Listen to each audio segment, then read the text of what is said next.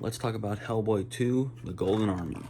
So Hellboy 2, which is like in the little corner here, is about Hellboy, Abe, and Liz have to stop this prince dude who's like an elf, I think. This prince dude from destroying the entire world with the Golden Army. The Golden Army is these giant robot things, essentially, that are golden and are an army.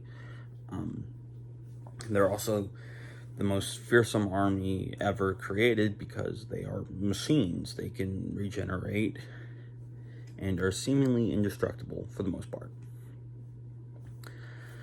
And yeah, like, that's bad news.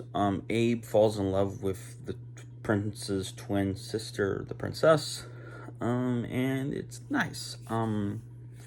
There's a cool, like, troll market full of different costumed characters, and it's really a very nicely made film. The prosthetics are amazing, and while this is probably the first performance by Seth MacFarlane that I've grown to appreciate, I actually have grown quite fond of at least the Orville, which is a great show. But yeah, Seth MacFarlane does a good job as Johann Klaus, I believe, or something like that, with like two S's, as this professor dude who like has gas, essentially powers that like help him take over inanimate objects and stuff like that. And yeah, this is a fun movie.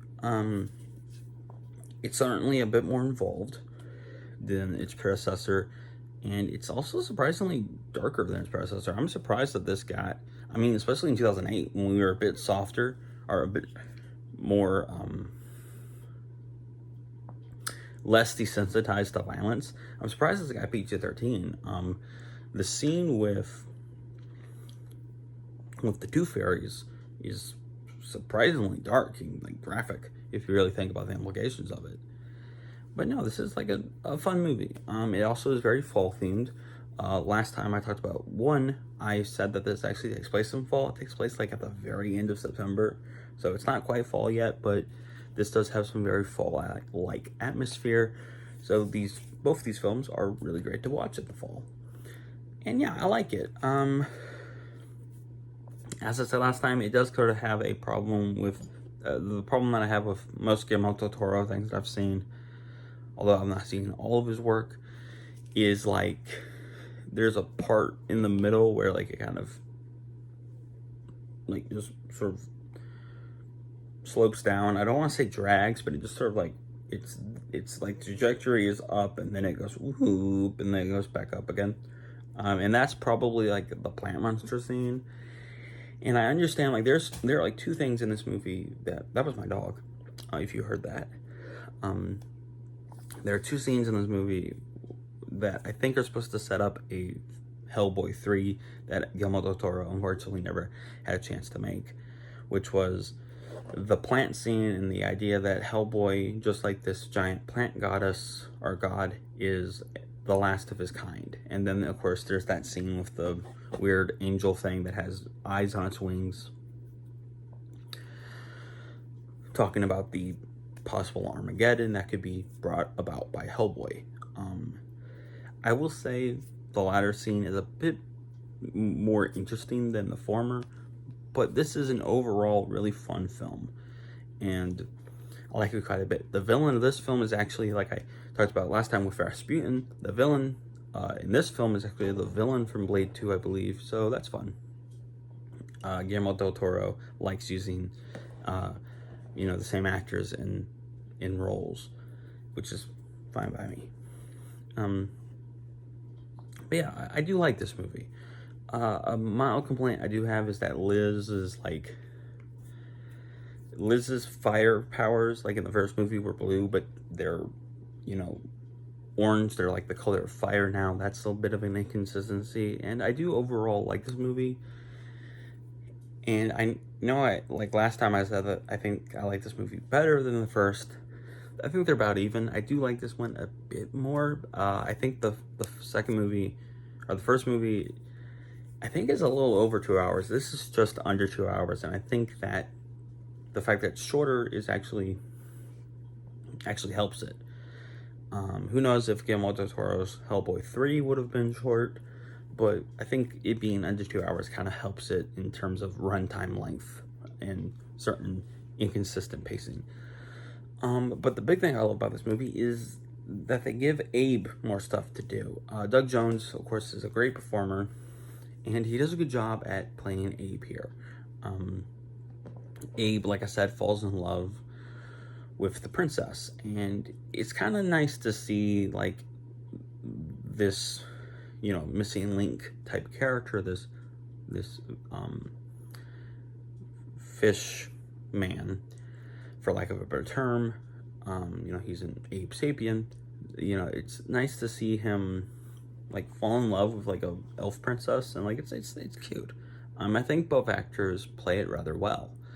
The villain, the prince himself, is also more dynamic, and I like his crony, his metal-armed henchman, a lot more than Carl, the Nazi assassin from the first film. And of course, Rasputin, like I said, left a lot to be desired. So the prince is definitely a mark up.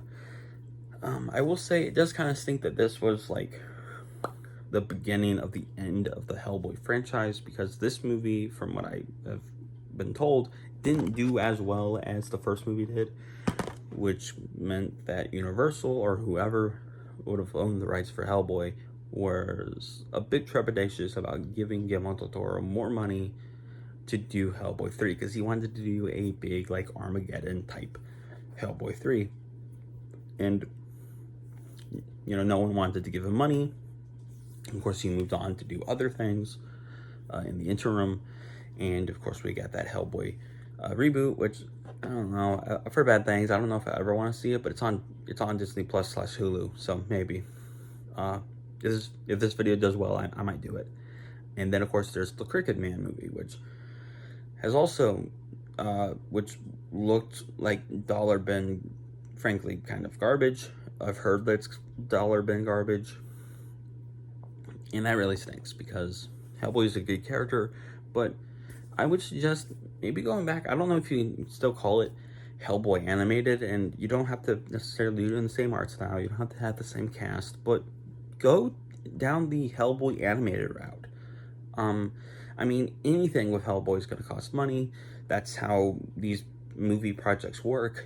But I think just having, make, like a yearly Hellboy animated movie for a few years, where it's like, oh, this one comes out now, then year after year, maybe make a census and be like, oh, these Hellboy animated films either do well or they don't do well. And I don't know, I feel like you could do a lot with a like 80-minute, maybe under that length, like a 77-minute Hellboy movie. I feel like you can do a lot if you really tried your best. And I'm sure Hellboy fans would support that project. I most certainly would. And I actually remember back when the reboot was coming out, before it turned out to be terrible, I remember thinking, oh, it'd be really cool if Hellboy animated came out or came back. So yeah. All that being said, I like both Hellboy films that Guillermo del Toro made. Ron Perlman is of course amazing. Selma Blair.